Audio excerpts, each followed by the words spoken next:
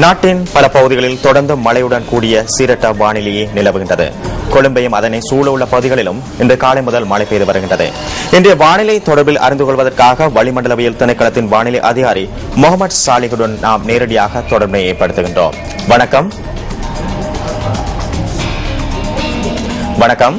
பார்க்கின்றபோது மத்திய சப்ரகம மேல் மற்றும் வடமேல் மாகாணங்களின் பல இடங்களிலும் ஆடி மாத்திரை மாவட்டங்களிலும் மழை பெய்யும்.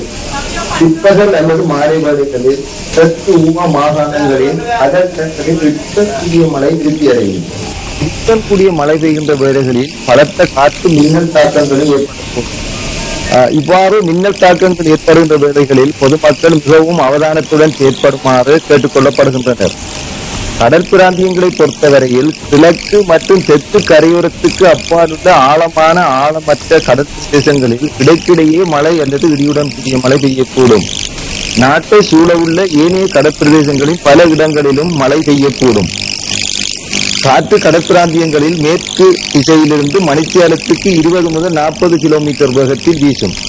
காங்கேசன்துறை தொடக்கம் திருகோணமலை பத்திவில் ஊடாக காலி வரையான கரையோரத்துக்கு அப்பாலுள்ள கடல் பிரதேசங்களில் காற்று மணித்தியாலத்துக்கு 50 முதல் 60 கிலோமீட்டர் வேகத்தில் அதிகரித்து வீசக்கூடிய சாத்தியக்கூறு காணப்படுகின்றது.